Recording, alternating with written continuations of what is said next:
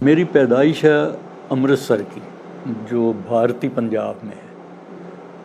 تو 1947 میں ہم وہاں سے جب ملک تقسیم ہوا ہے تو پاکستان آ گئے تھے۔ تو میں امرتسر میں داخل ہوا تھا، وہاں سے میں نے 3 جماعتیں پاس کی تھیں جب ملک تقسیم ہو گیا۔ وہ 4تھی جماعت سے آگے پھر میں نے پاکستان میں تعلیم حاصل کی۔ میرے والدین لاہور کی بجائے یہاں سے جھنگ چلے گئے تھے، مشہور چھوٹا سا شہر ہے جھنگ۔ تو جھنگ میں نے پھر پرائمری اور مڈل اور ہائی کلاسز اور انٹرمیڈیٹ وہاں میں نے تعلیم حاصل کی۔ انٹرمیڈیٹ پاس کرنے کے بعد میں گورنمنٹ کالج لاہور میں داخل ہو گیا تھا۔ گریجویشن میں نے گورنمنٹ کالج سے کی، پھر میں ایم اے اردو کے لیے اورینٹل کالج میں آ گیا۔ یہاں سے میں نے ایم اے اردو کیا اور ایم اے اردو میں فرسٹ کلاس فرسٹ تھا، اور اس وقت میرا ریکارڈ تھا ایم اے اردو میں ہائیسٹ مارکس کا۔ پھر میں نے جو ہی ایم اے پاس کیا ہے تو 1 ہفتے کے اندر میں گورنمنٹ کالج لاہور میں لیکچرر ہو گیا تھا۔ وہاں میں نے 1 سال پڑھایا، پھر یونیورسٹی میں ایک پوسٹ آئی ہے، میں نے یہاں اپلائی کیا، میری سلیکشن یہاں ہو گئی۔ تو پھر میں یہاں ایسا آیا ہوں کہ میں یہیں رہا، اور 2000 تک جو میری ریٹائرمنٹ ہے میں یہیں پڑھاتا رہا، اور اس میں جو بھی درجہ بدرجہ ترقی ہوتی ہے، یعنی assistant professor, associate, full professor, principal oriental college, dean of faculty, ان ساری پوسٹوں پر میں رہا۔ پھر میں بیچ میں 1 سال میں چین میں اردو پڑھانے چلا گیا تھا، پیکنگ یونیورسٹی میں اردو پڑھاتا رہا۔ پھر میں واپس آیا ہوں، 2 سال میں نے یہاں کام کیا۔ پھر جاپان سے مجھے ایک آفر آ گئی، تو جاپان میں ایک مشہور انسٹیٹیوشن ہے جائکا اس کو کہتے ہیں، جائکا میں نے 4 سال اردو پڑھائی۔ پھر میں واپس آ گیا ہوں۔ واپس آنے کے بعد پھر کچھ عرصے کے بعد پنجاب یونیورسٹی نے مجھے ایک ریسرچ پروجیکٹ دیا، وہ اردو ادب کی ایک ملٹی والیوم ہسٹری تھی جو میں نے تیار کی ہے 7 سال میں، اور اس کی 7 والیومز چھپی ہوئی ہیں۔ تو اس دوران مجھے پنجاب یونیورسٹی نے پروفیسر امیریٹس بنا دیا، اور پروفیسر امیریٹس ان لوگوں کو بنایا جاتا ہے جو اپنے شعبے میں یا اپنی فیلڈ میں کوئی اچھا ریسرچ ورک کرتے ہیں۔ میں نے بہت سا کام کیا ہوا ہے، میری تقریباً 40 کتابیں ہیں جو چھپ چکی ہیں، اور گورنمنٹ آف پاکستان نے مجھے پرائڈ آف پرفارمنس بھی دیا ہوا ہے میرے اسی کام پر۔ تو اس طرح سے اب میں یہاں پروفیسر امیریٹس کی حیثیت سے آتا ہوں، کچھ میں ٹیچنگ بھی کر لیتا ہوں، اور اس کے ساتھ میرا ریسرچ ورک جاری رہتا ہے۔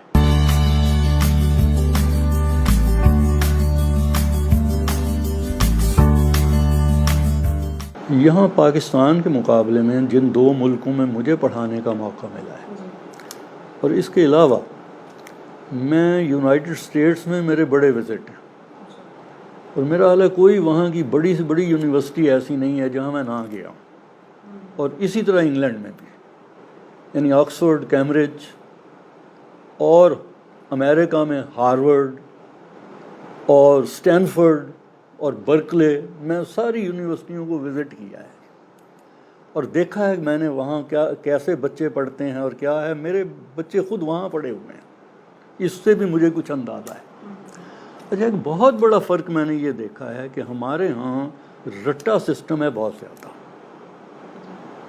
نہیں، رٹا سسٹم سے مراد یہ ہے کہ یہاں امتحان ہے، گنے چنے سوال ہیں، ان کو لوگ تیار کر لیتے ہیں اور وہ نمبر لے جاتے ہیں، اور جو اصل نالج ہے میرے نزدیک وہ ہے پریکٹیکل نالج، یعنی آپ بچوں کو صرف لیکچر دیتے رہیں یا نوٹ ڈکٹیٹ کرا دیں یا وہ گائیڈ بکوں سے پڑھ کر امتحان میں لکھ دیں، ان کو کچھ نہیں آتا۔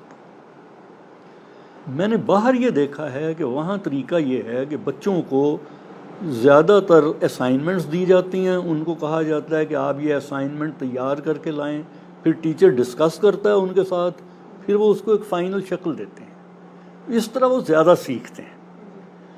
تو وہاں کا ایک تو طریقہ یہ ہے کہ طالب علم ایسا نہیں ہوتا کہ وہ جب مرضی آئے اور جب مرضی چلا جائے، بہت باقاعدگی سے ہر کام ہوتا ہے، ٹیچر ہر وقت موجود ہے، اور ٹیچر جو ہے وہ چاہتا ہے کہ لوگ اس کے ساتھ ڈسکس کریں۔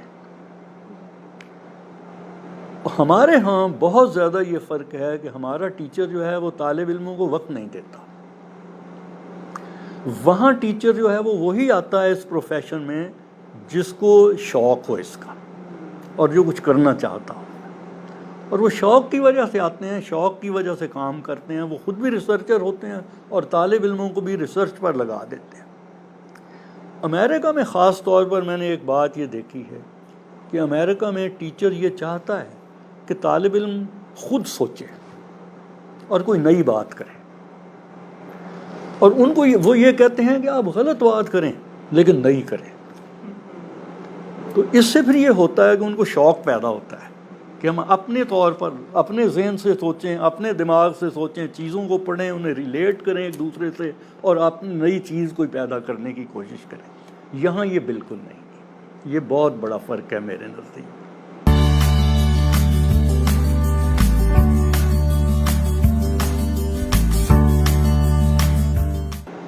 تعلیمی نظام کا تو بہت زیادہ قصور ہے، اس میں کوئی شک نہیں۔ اس کی وجہ یہ ہے کہ ہمارے ملک میں تعلیم کی طرف گورنمنٹس کی ترجیح نہیں ہے۔ ہمارے ہاں جو چیز بالکل آخر میں رکھی جاتی ہے نا، بجٹ میں یا ادھر ادھر، وہ تعلیم اور صحت ہے۔ آپ کو پتہ ہی ہے کہ ہمارے ہاں تعلیم کا بجٹ 2% ہے اور ہیلتھ کا 1.5%۔ تو اس وجہ سے اچھا، جو ملک ترقی یافتہ ہیں، جہاں تعلیم بہت آگے ہے، یہاں یونیورسٹیاں بہت اعلیٰ ہیں، ان کے ہاں تعلیم میں بجٹ بہت زیادہ ہوتا ہے، کیونکہ ریسرچ کرنا اور ریسرچ کرانا اور لیبز تیار کرنا اور لائبریریز تیار کرنا، ان کے لیے کچھ پیسہ چاہیے۔ لیکن سب سے بڑی بات یہ ہے کہ یہ گورنمنٹس کی پریفرنس ہونی چاہیے۔ تعلیم پریفرنس ہوگی تو ادھر دھیان ہوگا ان کا، چونکہ پریفرنس نہیں ہے، بجٹ میں بھی کم ایلوکیشن ہے اس کے لیے، اور پھر جو کچھ ہو رہا ہے، مثلا HEC ہے۔ اب ہمارے زمانے میں، میرے طالب علمی کے زمانے میں HEC نہیں ہوتی تھی، پھر ایک ادارہ بنایا گیا، اس کو کہتے ہیں UGC، یعنی یونیورسٹی گرانٹس کمیشن۔ اس کا کام یہ تھا کہ یہ حکومت سے، فیڈرل گورنمنٹ سے جو بجٹ یونیورسٹیوں کو دینا تھا، وہ یونیورسٹی گرانٹس کمیشن کو دیا جاتا تھا، اور وہ یونیورسٹیوں کو ایلوکیٹ کر دیتی تھی۔ تو یہاں تک تو ٹھیک تھا۔ پھر انہوں نے یہ کیا کہ ایجوکیشن کو سینٹرلائز کرنے کی کوشش کی، اور UGC کا نام HEC رکھ دیا، ہائر ایجوکیشن کمیشن۔ اب وہ ہائر ایجوکیشن کمیشن یہ چاہتی ہے کہ ہم کنٹرول کریں اس نظام کو، لیکن کنٹرول کرنے کے لیے ان کے پاس صلاحیت نہیں ہے۔ نتیجہ یہ ہے کہ انہوں نے مثلا یونیورسٹی کو ان کی رینکنگ کے لیے ایک فارمولہ بنایا ہوا ہے۔ وہ فارمولہ میرے نزدیک ٹھیک نہیں ہے، اس میں تبدیلی ہونی چاہیے۔ ساری بہت سی چیزیں ہیں جی بنائی ہوئی، جن میں سے مثلا ایک چیز میں آپ کو بتاتا ہوں، یہ ہے کہ کس یونیورسٹی نے کتنی PhDs پروڈیوس کی ہیں۔ اب اس کا نتیجہ یہ ہے، میئر نمبر از نتھنگ، تعداد کوئی چیز نہیں ہے۔ اگر ایک یونیورسٹی 100 PhD پیدا کر دیتی ہے ایک سال میں، لیکن اس میں کوالٹی نہیں ہے، صرف کوانٹٹی ہے، تو یہ بیکار ہے۔ اب اگر آپ رینکنگ میں یہ کریں گے نا کہ اس میں PhDs کتنی پیدا کی ہیں، تو یونیورسٹیوں میں دوڑ لگ جائے گی کہ ہم زیادہ PhDs دیں، وہ کہتے ہیں ہم زیادہ دیں۔ چنانچہ ٹاپکس کام کے نہیں، ریسرچ کام کی نہیں، ایگزامینیشن ٹھیک نہیں ہے، اور ڈگریاں ملتی جاتی۔ اس وجہ سے میرا خیال یہ ہے کہ اس کو بھی ریوائز کرنے کی ضرورت ہے کہ ہمیں کیا سینٹر میں کوئی نظام ایسا چاہیے کہ ہم اداروں کو کنٹرول کریں، یا ایٹانومی جس کو کہتے ہیں یونیورسٹی میں، ایٹانومی انہیں زیادہ دیں، ایٹانومی زیادہ دیں، وائس چانسلرز کمپیٹنٹ اور اچھے لوگ لگائیں، کیونکہ ادارے کا سربراہ ہوتا ہے، ادارہ اس سے ترقی کرتا ہے یا تنزل کا شکار ہوتا ہے۔ تو اس نظام کو اگر یہ اس طرح رائج کریں کہ اوپر اچھے لوگوں کو بٹھائیں تو پھر یونیورسٹیاں امپروو کریں گی، ورنہ نہیں کر سکتی۔ سر، ایک ٹیچر کتنے تبدیلی لا سکتا ہے ایک تعلیمی نظام کے اندر؟ ٹیچر بہت کم تبدیلی لا سکتا ہے، وہ اپنی کلاس میں اور اپنی حد تک تبدیلی لا سکتا ہے۔ اگر بہترین استاد ہوگا، زیادہ سے زیادہ یہ کرے گا کہ وہ اپنے چند سٹوڈنٹس تک اس کا اثر پہنچے گا، لیکن اگر پورے معاشرے میں گڑبڑ ہوگی اور پورے معاشرے کا خیال ہوگا کہ تعلیم کی ہمیں کوئی ضرورت نہیں، کوئی فائدہ نہیں ہے، تو ایک ٹیچر کچھ نہیں کر سکتا۔ وہ پوری کوشش کرے گا نا جی، پوری کوشش کرے گا، تو جب وہ بچہ باہر جاتا ہے پورے نظام کا ایک پارٹ بن جاتا ہے، پرزہ بن جاتا ہے۔ اس لیے اس ٹیچر کی بھی ایفرٹ بہت حد تک ضائع ہو جاتی ہے۔ بہت کم ایسا ہوتا ہے کہ چند بچے گنتی کے وہ ایسے پیدا کرے جن میں ایک لگن ہو اور وہ جا کے اپنا کام کریں، اکثریت نے نہیں کر سکتی۔